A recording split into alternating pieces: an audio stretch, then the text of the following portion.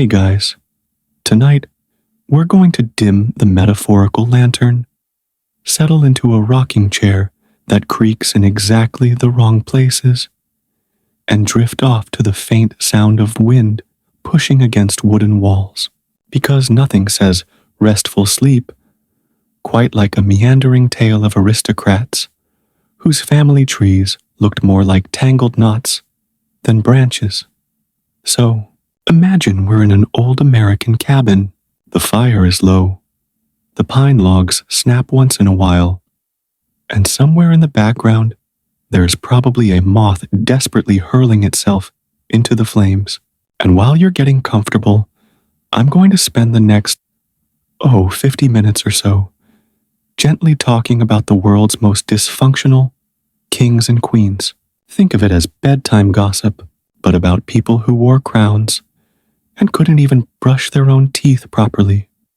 All right, let's begin with a familiar favorite in the realm of royal disasters, the Habsburgs, because if we're making a list of families that redefined the phrase, keep it in the family, the Habsburgs dynasty basically printed the t-shirts. The Habsburgs were a European ruling family that decided boldly, I might add, that the best way to preserve their dynasty was to marry each other, cousins, uncles, nieces, if it was legal. In at least one region of the empire, they went for it. The result? A collection of monarchs who looked like they'd been sculpted out of wax, left in the sun for just a little too long, and then asked to run countries. Take Charles II of Spain, also known by people who weren't trying to be polite as the Bewitched. Born in 661, Charles had a face that was mostly jaw. His infamous Habsburg chin was so pronounced he could barely chew, and because his family tree was more loop than branch, he had health issues stacked higher than the cathedral ceilings of Madrid. Poor Charles was sickly, infertile, and often assumed to be cursed. Honestly, it wasn't witchcraft. It was just genetics being unkind. Now, while you're picturing Charles slowly existing in the dim candlelight of his Spanish palaces, imagine his court desperately trying to figure out who could succeed him, because he didn't have kids, because of course he didn't. After all, when your DNA has been recycled like the world's worst compost pile, producing heirs isn't exactly easy. The thing is, dynastic Europe was obsessed with heirs. Monarchs existed for two things: to keep the line going and to start a war or two in the process. Charles II did neither. Instead, he quietly dissolved into history in 1700, sparking the War of Spanish Succession, a polite way of saying everyone in Europe suddenly had a reason to start stabbing each other again. Let's float gently over to another royal disaster, the Medici family. You probably know them as the patrons of Renaissance art, tossing gold coins at Michelangelo and Da Vinci like they were tipping buskers. But by the later generations, the Medici weren't exactly Renaissance Instagram influencers. They were pale, sickly, and astonishingly unlucky in the producing children who lived past infancy department. For example, Cosimo II, who reigned as Grand Duke of Tuscany in the early 1600s, spent most of his short life in bed, not because he was lazy, though to be honest, laziness did run in a few corners of that family, but because he was perpetually ill. He died at 30, leaving behind an heir who was, you guessed it, also frail. Tuscany may have been full of sunlight and olive groves, but inside the Medici palaces, it was all fainting couches and physicians wringing their hands. Now, I don't want to make this sound too dramatic. These people weren't tragic in the Shakespearean sense. They were tragic in the bad luck at a family reunion sense. Imagine inviting your cousins to Thanksgiving every year for 200 years, and then realizing you've accidentally created a dynasty where half the people can't walk straight and the other half can't breathe properly. That was the Medici legacy by the end. Of course, no tour of royal dysfunction is complete without France, specifically Louis XIV, the so-called Sun King. Now, Louis wasn't inbred in the catastrophic Habsburg sense, but he did create a court culture that was so smothering, so absurdly ritualized, that it essentially drained the life out of everyone around him. Picture this: Versailles, a palace so enormous that it could house thousands of courtiers, all of whom existed to flatter one man. Louis XIV decided that his life should be a performance. He woke up to an audience. He got dressed in front of an audience. He ate, surprise, in front of an audience. If you've ever wondered what it's like to be a celebrity whose life is just one long live stream, Louis XIV was living it centuries before Twitch. And of course, Versailles became a hotbed of intrigue, jealousy, and people tripping over their elaborate wigs. The king's mistresses floated in and out. Courtiers ruined themselves, trying to outdo each other in fashion. And somewhere in the middle of it all, Louis just kept building more gardens, because nothing says absolute monarchy like bankrupting your state with fountains. Now, since we're drifting, let's slip over to England. Henry VIII is everyone's favorite overstuffed Tudor monarch, famous mostly for getting married 6 times and eating like gout was an Olympic sport. But his children were, frankly, not much better.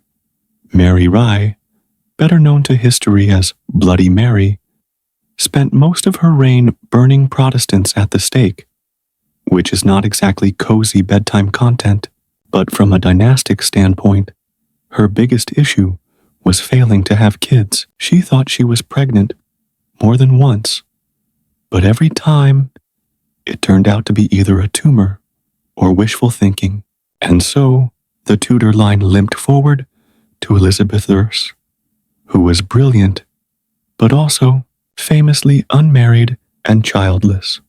So by the time Elizabeth finally died in 1603, England was forced to look around and say, well, who do we even give the crown to now? Enter the Stuarts. And if you thought the Tudors were chaotic, the Stuarts were a soap opera wrapped in lace collars. James I, the first Stuart King of England, was a fascinating bundle of contradictions. He was intelligent, bookish, and wrote actual treatises on witchcraft. But he was also clumsy, tongue-tied, and, let's be honest, looked like he'd been drawn by someone who had only a vague idea of what humans looked like. His son, Charles I, inherited the crown and promptly got into a fight with Parliament, so dramatic that it ended with him being executed, which, again, not relaxing. But let's focus on the irony. He was called Charles the Martyr. Imagine being so bad at negotiating that you become a saint for it. And so, as the cabin fire dies down a little more, let's keep floating through this gallery of monarchs who were sad, sickly, spoiled, or just spectacularly unlucky, from Spain's jaw-heavy Habsburgs to the fainting Medicis, the overdramatic Bourbons of France, and England's confused Tudors and Stuarts. Royalty was less glamorous and more, please stop marrying your cousins before Europe runs out of teeth. So, the fire in our little American cabin is still glowing. The wood is burned down into a bed of embers, but we'll let it be. It makes a nice, sleepy background hum while we drift into yet another round of royals who made questionable life choices. Last time, we left off somewhere between Henry the Beat's oversized banquets and James the Merce's awkward desk scribbling. Tonight, let's stay in that awkward Stuart family for a while longer, because they never did anything halfway. If drama was an Olympic sport, the Stuarts would have left the French Bourbons, eating their powdered wig dust. James the First, as I mentioned, wrote a whole book on witches. Yes, the man who was technically the most powerful ruler in England and Scotland took the time to publish a manual on why witches were bad news. Because when you're king, apparently, you can dabble in paranormal literature between diplomatic crises. His obsession with witches wasn't just quirky, it also fueled actual witch trials. Innocent people were dragged into court, all because the king had decided that witches were a bigger threat than, say, economic collapse. Of course, James was also the one who authorized the King James Bible. So, his legacy is this strange balance between here's a landmark religious text and also watch out for the neighbor lady with too many cats. His son, Charles the Second, was far less eccentric and far more stubborn. He believed firmly in the divine right of kings, which sounds good on paper until you realize it basically means I can do what I want because God said so. Parliament naturally disagreed. After years of bickering, arguing, and mutual sulking, it all boiled over into the English Civil War. Spoiler, Charles lost his head, literally. Now, if you're picturing a Shakespearean tragedy here, dial it down. This wasn't Hamlet, pacing dramatically in a castle. This was a man whose bad communication skills ended with him on a chilly scaffold in 1649, trying to keep his dignity while a crowd shuffled uncomfortably. His beheading shocked Europe, not because monarchs dying was unusual, it happened all the time, but because monarchs weren't supposed to die like that. They were supposed to get poisoned quietly at dinner, or waste away from gout, not have their heads chopped off by their own people. Let's drift, very gently, to his son, Charles II. If Charles I was tragic, Charles II was, let's say, lively. After years of exile during the Republic period, Charles II returned to England in 1660, bringing with him a court culture that was about as restrained as a tavern brawl. Known as the Merry Monarch, Charles loved theater, gambling, and women, many, many women. He fathered at least a dozen illegitimate children, but not a single legitimate heir, which is honestly impressive. If you think about it, it's like he treated the monarchy itself as optional, but romance as compulsory.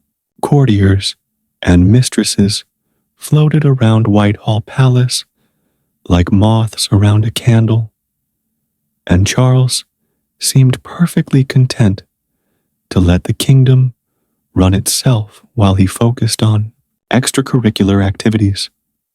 There's a lovely irony in the fact that Charles II, who enjoyed life so vigorously, was constantly battling health problems. By his later years, he was swollen, breathless, and still refusing to slow down. He finally died in 1685, leaving the throne to his brother, James II, who immediately proved that subtlety was not a family trait. James II was Catholic in a firmly Protestant country. That alone was enough to put him at odds with half his subjects. But he didn't exactly help himself. He tried to force Catholicism into key positions of power, essentially waving a big flag that said, "I am here to make things awkward." After only 3 years, his subjects decided enough was enough. Enter the glorious revolution of 1688, when James fled the country and was replaced by his daughter Mary and her Dutch husband, William of Orange. Yes, you heard that right. England brought in a Dutch king, because when your dynasty is in shambles, importing leadership like you import cheese seems like a reasonable plan. William and Mary ruled together, which sounds adorable, like a royal power couple with matching thrones. But their reign was less romance and more politics. William was serious, dour, and constantly preoccupied with wars in Europe. Mary, meanwhile, tried to balance public opinion, but died young of smallpox. William carried on alone, grumpy and increasingly unpopular. By the time he died in 1702, the throne passed to Mary's sister, Anne. Queen Anne is one of those royals who deserves a little sympathy. She suffered through at least 17 pregnancies, and not one child survived into adulthood. Imagine that. 17 attempts, and nothing to show for it but grief and anxiety. Anne's health was also dreadful. She was often bedridden, swollen from gout, and carried around in a sedan chair because walking was too painful. Yet, despite her fragility, she oversaw the union of England and Scotland in 1707, creating Great Britain. So, while she may not have looked like a mighty monarch, she literally shaped the country's map. Now, let's float gently across the channel again. France never fails to deliver when it comes to dysfunctional royals. We already touched on Louis XIV, the Sun King, but let's linger on his descendants. His great-grandson, Louis XV, inherited the throne at just 5 years old, which is already a bad start. Children are not great at ruling kingdoms. At 5 years old, most kids can barely handle sharing toys, let alone managing a continental empire. Louis XIV grew up into a man who was deeply indecisive and perpetually distracted. He was charming when he wanted to be, but he had this knack for making the wrong decision at exactly the wrong time. His court was full of mistresses, each wielding influence like they were running a 24-hour soap opera. Madame de Pompadour, for instance, basically ran France for a decade. She guided policy, art, and diplomacy, while Louis himself drifted between boredom and half-hearted enthusiasm. And then there was Louis XVI, who somehow managed to be both dull and historically important at the same time.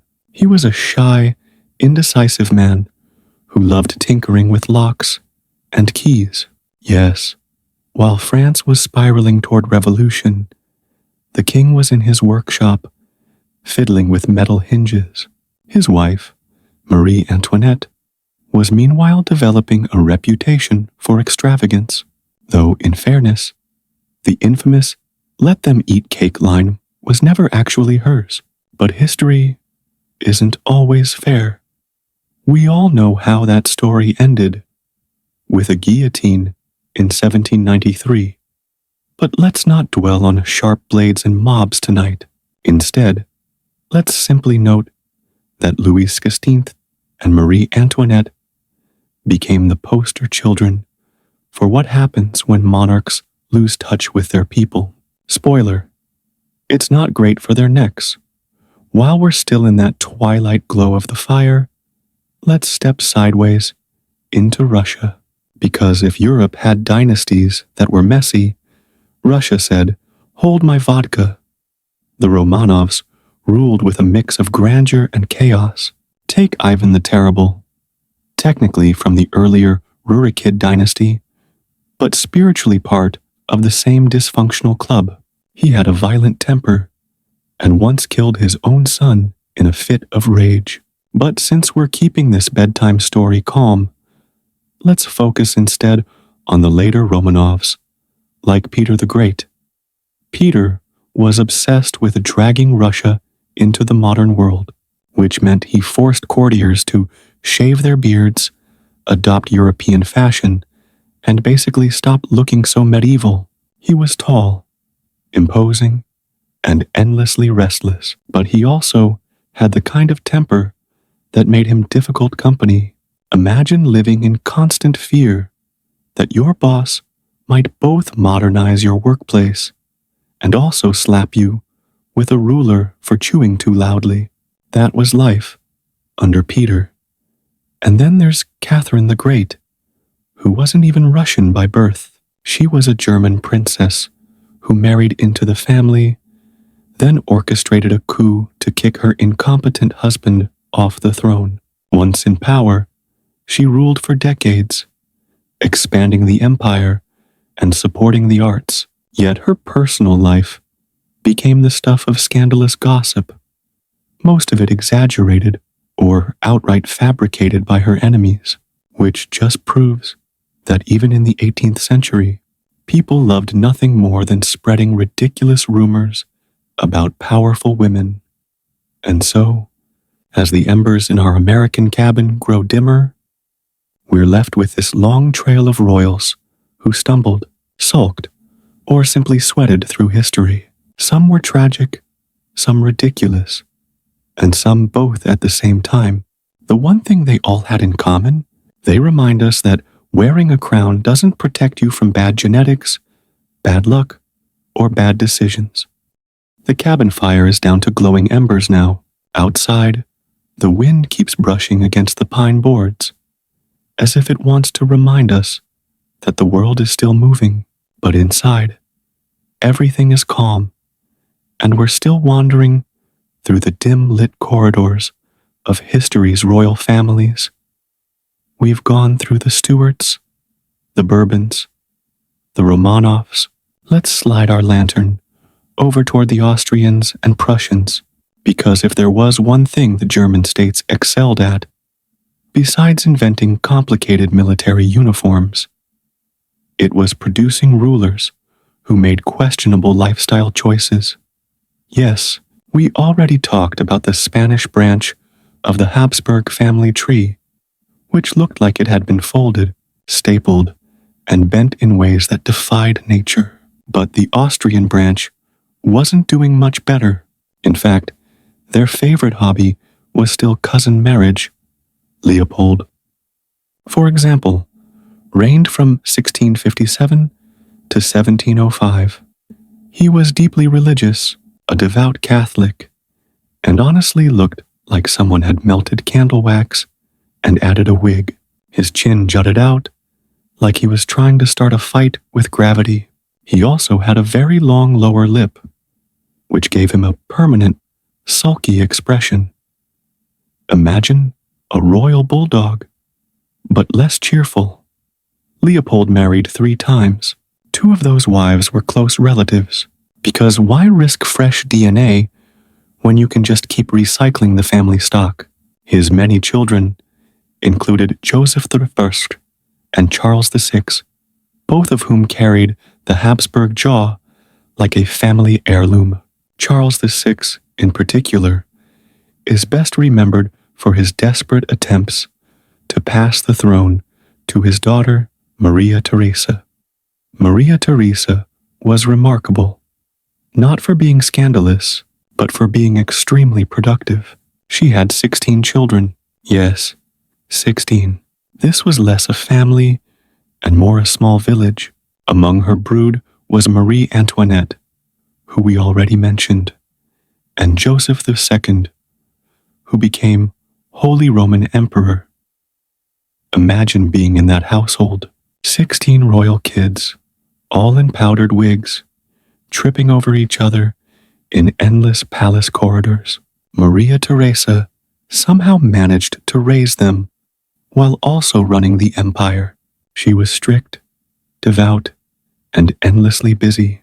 You could say she was Europe's overworked mother figure, except with armies at her disposal.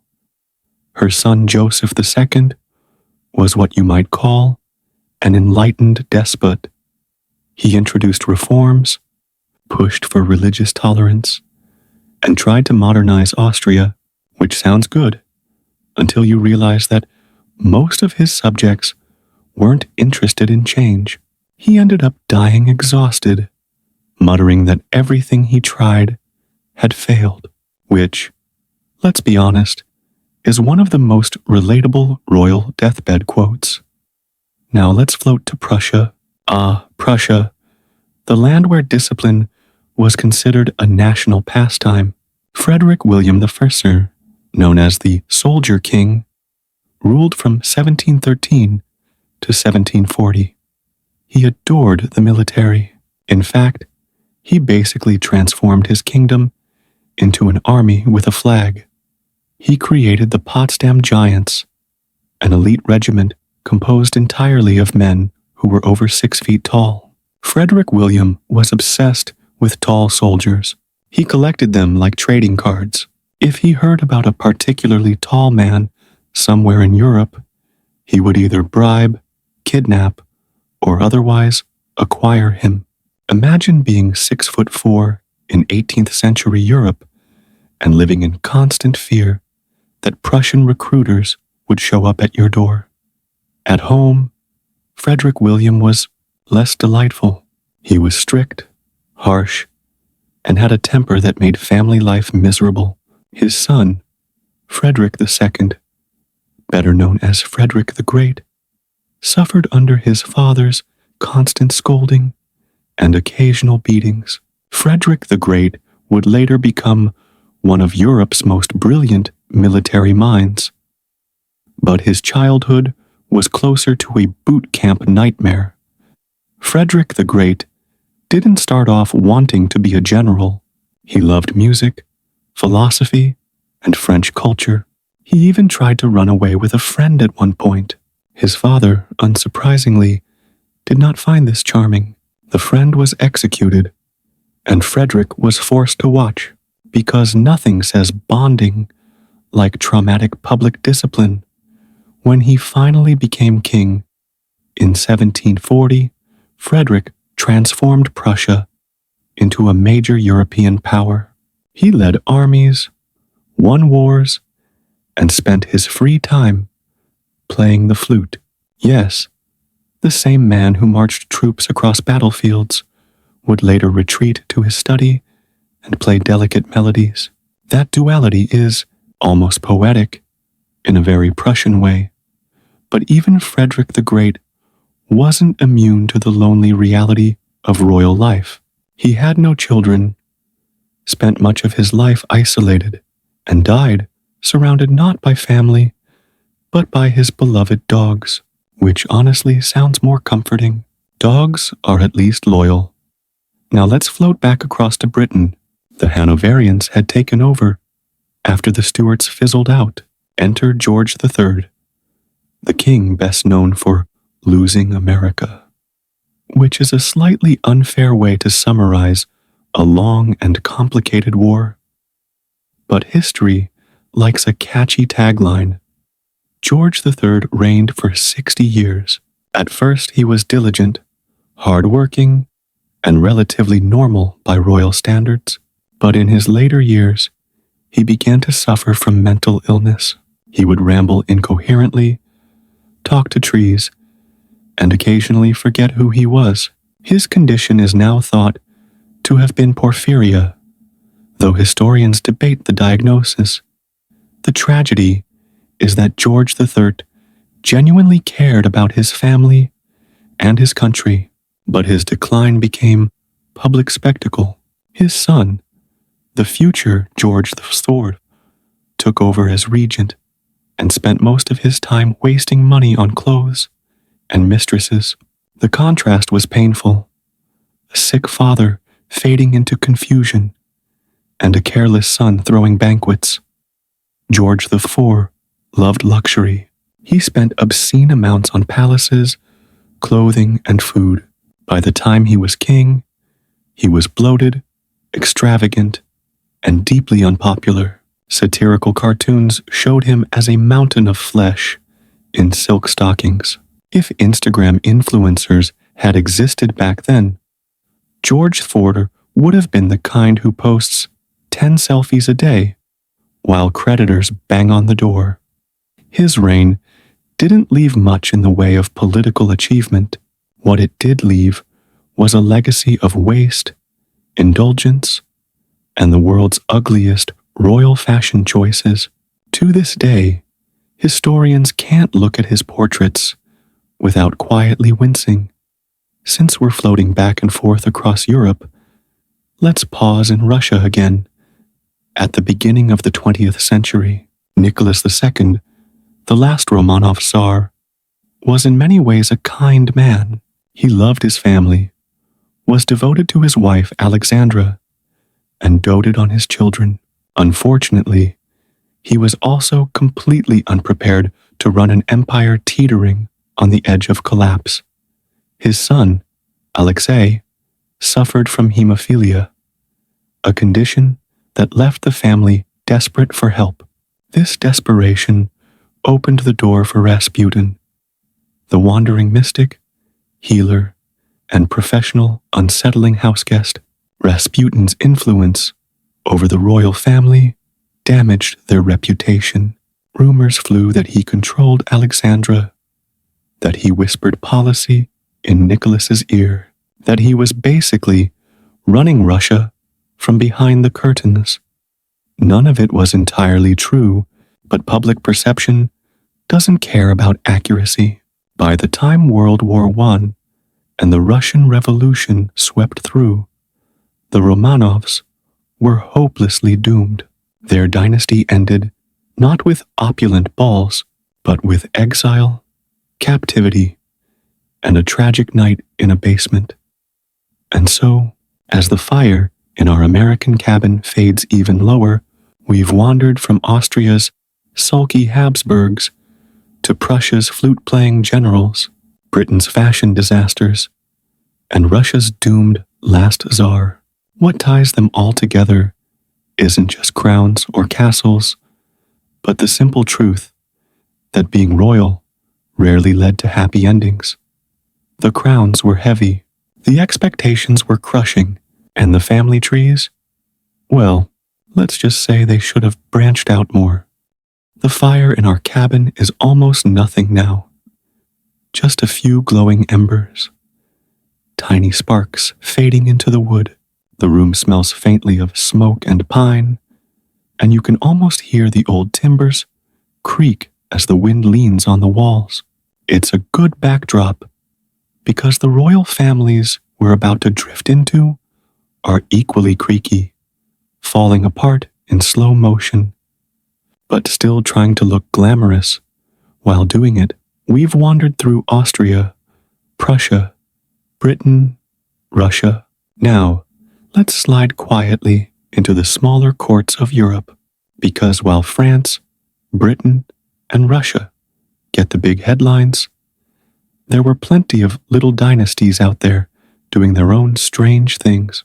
And honestly, sometimes the small kingdoms had the weirdest stories. The Bourbon family didn't just sit on the throne of France. They also spawned endless cadet branches, like the Bourbons of Parma. One unfortunate example is Duke Ferdinand of Summer of Parma in the late 1700s.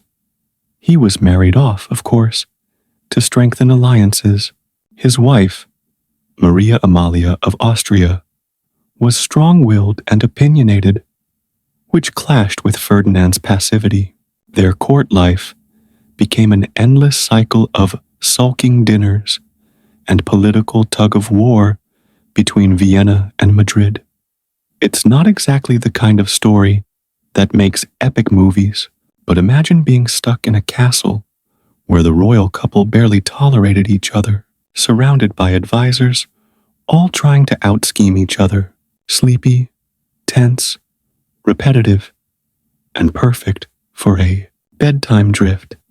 If you've ever seen a picture of Neuschwanstein Castle, the fairy tale castle in Germany that looks like something Disney would have doodled, you have King Ludwig II of Bavaria to thank. He built it in the 19th century, along with several other over-the-top palaces. Ludwig loved art, opera, and especially Wagner. He basically bankrupted Bavaria, trying to live inside a fantasy novel. The thing is, Ludwig was more dreamer than king. He avoided politics, spent hours wandering through forests at night, and preferred building castles to actually running his kingdom. His ministers eventually declared him insane and had him deposed. Shortly afterward, Ludwig was found dead in a lake under mysterious circumstances. Whether it was suicide, accident, or something more sinister, no one ever proved. So the man who built the world's most famous fairy tale castle ended his life in the most unfairy tale way possible, face down in the water with more questions than answers. Portugal, too, had its share of fragile kings. King Sebastian, for instance, ruled in the 16th century. He was young, zealous, and convinced he was destined for greatness. He launched a disastrous crusade in Morocco in 1578 and promptly disappeared in battle. His body was never found, which sparked centuries of Sebastianism, a belief that he would one day return to save Portugal. Spoiler, he did not. Portugal spent decades after his disappearance under Spanish control, which just shows how one bad royal decision can reshape a whole country. And then there was King Pedro I of Brazil, a Portuguese prince before independence, who fell hopelessly in love with a woman named Domitila de Castro. He made her Marchioness of Santos and basically ignored political decorum while showering her with gifts. Court gossips had a field day, and Pedro's reputation never recovered. Once again, a crown didn't save anyone from bad love life decisions. Let's drift north into Scandinavia, where the winters are long, and so were the dynastic headaches. Christian VII of Denmark reigned in the late 18th century. He was, let's say, eccentric. Actually, modern historians think he may have suffered from schizophrenia. He talked to himself, mutilated himself, and generally frightened his courtiers. The real power ended up in the hands of his physician, Johann Struensee, who introduced sweeping reforms while also beginning an affair with the queen. Yes, the doctor basically took over the country while also stealing the king's wife. When the scandal broke, Struensee was executed and the queen was exiled. Christian VII, meanwhile, lived on in a dazed state, technically king, but mostly a ghost at his own court. It sounds dramatic, but really, imagine the atmosphere. A palace full of whispers, a confused king wandering the halls, and everyone else pretending things were normal. That was Denmark's monarchy in a nutshell. While we're in Scandinavia, we should mention Christina of Sweden. She ruled in the 17th century, was intelligent, witty, and famously eccentric. Christina refused to marry, dressed in masculine clothing, and eventually abdicated the throne altogether, converting to Catholicism and moving to Rome. In Rome, she became a patron of the arts, collecting paintings and surrounding herself with intellectuals. But she also gained a reputation for being mercurial, moody, and slightly unpredictable. Some contemporaries admired her brilliance, others just thought she was odd. Either way, she turned Sweden upside down by saying, essentially, "Thanks for the throne, but no thanks," and strolling off to Italy, which has to be one of the most stylish royal exits in history. Now let's move west to Belgium. King Leopold II ruled from 1865 to 1909. Outwardly, he was just another European monarch with a beard and a love for palaces, but his obsession was overseas empire. He personally owned the Congo Free State, treating it not as a colony of Belgium, but as his private property. What followed was one of the darkest chapters in colonial history, with widespread exploitation, forced labor, and atrocities. Leopold grew enormously wealthy from rubber and ivory, while the people of Congo suffered horribly. Eventually, international pressure forced him to give up his personal colony, but the damage was immense. It's not exactly a cozy bedtime story, but it's a reminder that royal eccentricities weren't always harmless quirks. Sometimes they had devastating consequences far from the palaces of Europe.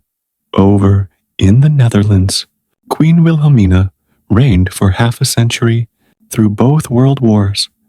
She was dignified, determined, and respected. But her personal life wasn't easy. Her marriage was unhappy, her husband unfaithful, and she often felt isolated despite her crown. Wilhelmina's strength lay in her public role, broadcasting messages of defiance during the Nazi occupation.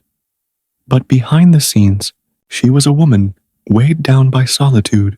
Her story shows another side of monarchy. Not scandalous, not eccentric, just quietly sad. Finally, let's pause in Italy. Victor Emmanuel III reigned through both world wars and the rise of Mussolini. He was short, timid, and indecisive. In photos, he looks more like a nervous accountant than a king, and perhaps that's fitting, because when it came time to confront fascism, he hesitated.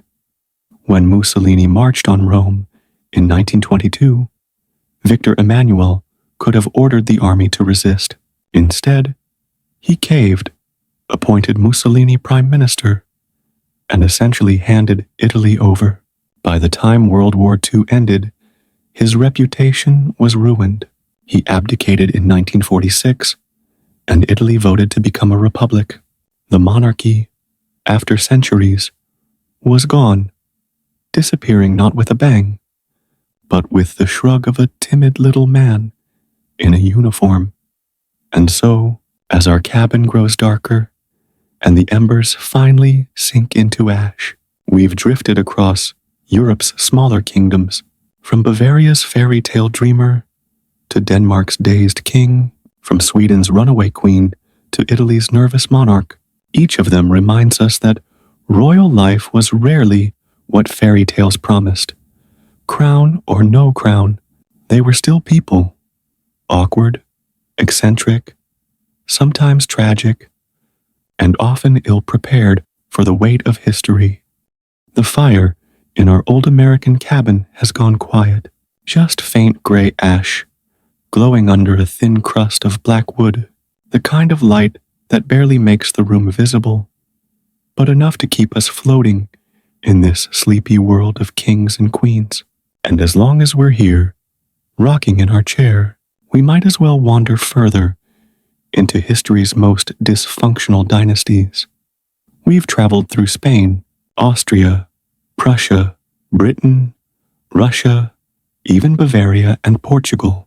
Now, let's keep drifting into a few more corners of Europe and beyond, because, as it turns out, monarchies had a knack for producing eccentric characters everywhere. Let's go back to Spain, since they weren't done producing eccentric monarchs after Charles II, the jaw-heavy Habsburg.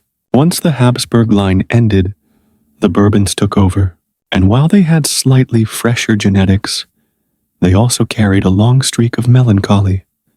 Take Ferdinand VII of Spain. He reigned in the early 19th century, and he was one of those kings whose defining feature was sheer stubbornness. He was called the Felon King, which is never a good nickname to have when you're still alive. Ferdinand reversed every liberal reform, crushed dissent, and restored absolute monarchy like it was his favorite toy. People hoped he might modernize Spain.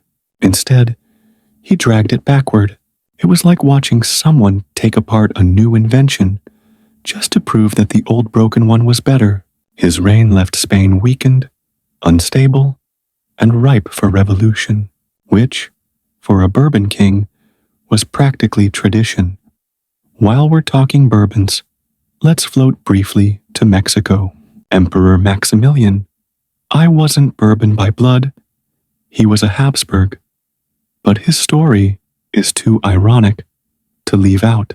He was invited by French Emperor Napoleon III to become Emperor of Mexico in the 1860s, because apparently nothing says stability like importing a spare European prince to run a country. Maximilian was idealistic, naive, and unfortunately completely unsuited for the job. He tried to bring in reforms, protect indigenous people, and make peace. But his rule was propped up by French soldiers. The moment France pulled out, he was doomed. Captured by Republican forces, Maximilian was executed by firing squad in 1867. The man who dreamed of being a benevolent monarch ended his days in a dusty Mexican courtyard, staring down rifles, a soft-spoken Habsburg, lost in the wrong country, at the wrong time. Let's drift into Greece now. When Greece finally broke free from the Ottomans in the 19th century, they didn't pick a local leader as king. No, they imported royalty, because Europe loved to recycle monarchs like second-hand furniture. The first king of modern Greece was Otto of Bavaria. Yes, Bavaria again. He was 17 years old, spoke no Greek, and showed up with a court full of German advisors. The Greeks were less than thrilled. Otto tried to impose order, but he was tone deaf to local culture, and eventually he was chased out in 1862.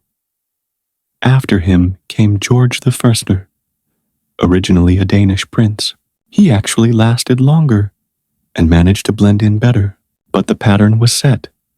Greece kept importing kings from other royal families, like it was running a monarchy adoption agency. Romania also decided to borrow a king. Karol Rossi, originally from Germany, became king in 1866. He worked hard to modernize the country and built up national pride, but his family life was full of strain. His wife, Elizabeth, also known as Carmen Silva, was a poet who preferred writing sad verses to dealing with politics. Their only child died young, leaving them without heirs. Karol ruled for decades, but behind the grandeur of his long reign was a family life hollowed out by grief. It was another reminder that crowns didn't protect royals from personal heartbreak. Now, since we've mentioned Greece and Romania, it makes sense to look at the Ottomans. By the 19th century, the Ottoman Empire was often called the sick man of Europe, which is not the kind of nickname you want for your empire. The sultans lived in palaces filled with ornate tiles, fountains, and endless bureaucracy. But politically, they were stumbling. Sultan Abdul Hamid II, for example, was paranoid, authoritarian, and spent much of his reign hiding from real reform.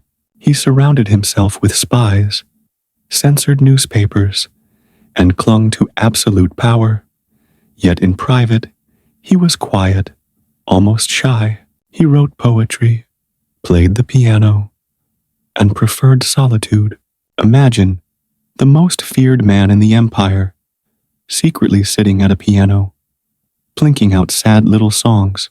History's full of these contrasts, and the Ottomans were no exception. Let's float further afield, to Africa. Ethiopia's emperor, Haile Selassie, ruled for much of the 20th century. He was admired abroad, hailed as a reformer, even worshipped by Rastafarians as a messianic figure, but at home, his later reign became rigid and outdated. By the 1970s, famine and unrest spread. Haile Selassie, old and increasingly detached, was overthrown in 1974. He spent his final days under house arrest in his palace, eventually dying under murky circumstances, probably killed by the new regime. From international icon to lonely prisoner, the arc of his life was steep, strange, and quietly tragic. Speaking of monarchs in decline, Mohammad Reza Shah Pahlavi of Iran deserves mention. For decades, he ruled with Western backing, building grand palaces and cultivating the image of a modernizing king. But his regime was riddled with corruption, repression, and growing public anger. By 1979, the Iranian Revolution swept him away. He fled the country, wandering in exile from place to place, unwelcome almost everywhere. He died of cancer in Egypt, far from the peacock throne. It's another reminder that monarchies, once toppled, rarely get second chances, and that even the most glamorous palaces can turn into empty shells overnight. As we rock gently in our cabin, it's worth noticing how many monarchies simply fizzled out in the 19th and 20th centuries. Italy, Germany, Austria, Russia, China, Ethiopia, Iran, all saw their royal houses vanish. Some disappeared with bangs and guillotines, others with quiet abdications, and some with exile into obscurity. The modern world had less patience for eccentric rulers with expensive tastes and no practical skills. People wanted parliaments, presidents, and constitutions. They weren't impressed anymore by crowns and titles, especially when those crowns came with debts, scandals, or endless family feuds. And yet, monarchies never disappeared completely. Britain still has its Windsors. Scandinavia still waves their crowns politely. Even tiny Luxembourg and Monaco hold on to theirs. It's as though people, deep down, still like the idea of a fairy tale, so long as the royals behave themselves. So, as the night deepens and our cabin finally sinks into darkness, we've traveled far from the Spanish Bourbons to the Ethiopian emperors. The stories blur together in one long gallery of kings and queens, stubborn, awkward, indulgent, sometimes tragic. They built castles, palaces, and empires. They lost battles, crowns, and even their heads. And in the end, they remind us that royalty wasn't glamorous. It was exhausting, isolating, and often absurd, which, of course, makes it perfect bedtime material. The cabin is dark now. The fire has given up its last sparks, and we're just sitting here in the glow of a few stubborn embers. Outside, the trees are silent, and the night is deep. Perfect time to keep drifting further into the gallery of monarchs who managed to turn privilege into personal disaster. We've covered Spain, Austria, Prussia, Britain, Russia, the Ottomans, Ethiopia, Iran. Quite the sleepy parade. But history still has more strange crowns to hand us, so let's rock gently on and see who else deserves a mention before the ash grows cold. Let's wander east, because dysfunction wasn't limited to Europe. Puyi, the last emperor of China, became emperor in 1908 when he was only 2 years old. Yes, 2. Most toddlers struggle with crayons, but Puyi was handed the dragon throne. He ruled from the Forbidden City. Well, technically, he was surrounded by eunuchs and regents who did the real work while he played with toys. He was eventually forced to abdicate in 1912 as China became a republic. But Puyi never really escaped the idea of being emperor. Later, the Japanese propped him up as a puppet ruler in Manchukuo. During the 1930s, when World War II ended, he was captured, imprisoned, and eventually released.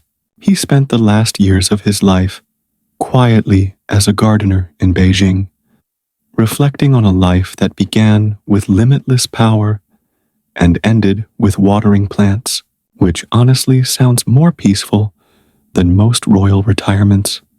While we're in Asia, let's pause on Emperor Hirohito of Japan. He reigned from 1926 to 1989, one of the longest reigns in history. But his early years were overshadowed by Japan's militarism and World War II. Now, Hirohito is controversial. Officially, he was a constitutional monarch with limited power. Unofficially, he was still deeply respected as a divine figure, which gave moral cover to military aggression. After Japan's defeat, he was allowed to remain emperor, but was stripped of divinity. Imagine going from living God to symbolic head of state, practically overnight. The rest of his life was quiet, ceremonial, almost boring, which, after nuclear war and devastation, was probably the best outcome. Hirohito spent his final decades studying marine biology, happily examining jellyfish instead of politics. Closer to our time, Nepal had one of the strangest and saddest royal endings. In 2001, Crown Prince Dipendra, in a drunken rage, killed much of his family in a palace massacre before turning the gun on himself. For a brief, bizarre period, he was technically king while in a coma. When he died, the throne passed to his uncle, but public faith in the monarchy was shattered. Within a few years, Nepal voted to abolish the monarchy entirely. What had once been a Himalayan dynasty stretching back centuries ended in chaos, scandal, and grief. It's not exactly soothing, but as part of our sleepy gallery, it shows how quickly royal lines can collapse, even in the modern world. Of course, we can't drift off without touching the Windsors, because Britain's monarchy somehow still exists, though mostly as a soap opera with hats. George V renamed the family Windsor during World War I because Saxe-Coburg and Gotha sounded a little too German when you're fighting Germany. His son, Edward VIII, famously abdicated in 1936 to marry Wallis Simpson, an American divorcee. Imagine throwing away a crown for love, and also for someone who was not particularly popular with your government. Edward's abdication pushed his shy younger brother, George VI, onto the throne. George VI struggled with a stammer, but with quiet dignity, he steered Britain through World War II. His daughter, Elizabeth II, then reigned for 70 years, so long that people basically forgot what Britain was like without her. The Windsors' personal lives have been messy. Divorces, scandals, Netflix dramatizations. But compared to some earlier dynasties, they've managed to survive by being just boring enough to be tolerated, which, in monarchy terms, is a huge achievement. On the other hand, Monaco has leaned into spectacle. The Grimaldi family has ruled that tiny strip of Mediterranean glamour for centuries, and they've always been eccentric. Prince Rainier III married Hollywood actress Grace Kelly, turning Monaco into a living fairy tale. Their palace became a stage for fashion, cinema, and royal gossip. Grace's tragic death in 1982 cast a long shadow, but the family carried on, complete with feuds, scandals, and tabloid stories. The Grimaldis prove that monarchy can survive in the modern world if you embrace your role as entertainment. A throne doesn't have to come with armies. Sometimes it just comes with red carpets. Let's glide softly to the Himalayas, to Bhutan. Unlike most monarchies, Bhutan's royal family actually earned respect. The kings modernized slowly, balancing tradition with progress. In 2008, the fourth king voluntarily gave up absolute power, introducing democracy. That's right, a monarch who willingly stepped back from power instead of being forced out. It's almost suspiciously wholesome compared to the usual parade of stubborn rulers clinging until the bitter end. Today, Bhutan's king remains a symbolic figure, admired for his humility, which proves that monarchy doesn't always have to end in disaster. It can, occasionally, fade into something functional. Thailand, too, has a monarchy that remains deeply respected. King Bhumibol Adulyadej, who reigned from 1946 to 2016, became a beloved figure. He traveled widely in his country, promoted rural development, and projected a fatherly image. Of course, behind the respect was a strict lèse-majesté law, meaning criticizing the monarchy was illegal. Still, in a region where monarchies often crumbled, Thailand's endured by blending reverence with careful image management. It's a softer story, one less about dysfunction and more about how kings can survive by being seen as protectors rather than rulers. And so, as our cabin grows almost completely dark, we've stretched from Europe to Asia, from the Dragon Throne to Windsor Castle, from fairy tale Monaco to tragic Nepal. The theme is always the same. Royals are human, often flawed, sometimes ridiculous, occasionally inspiring, but rarely what fairy tales promised.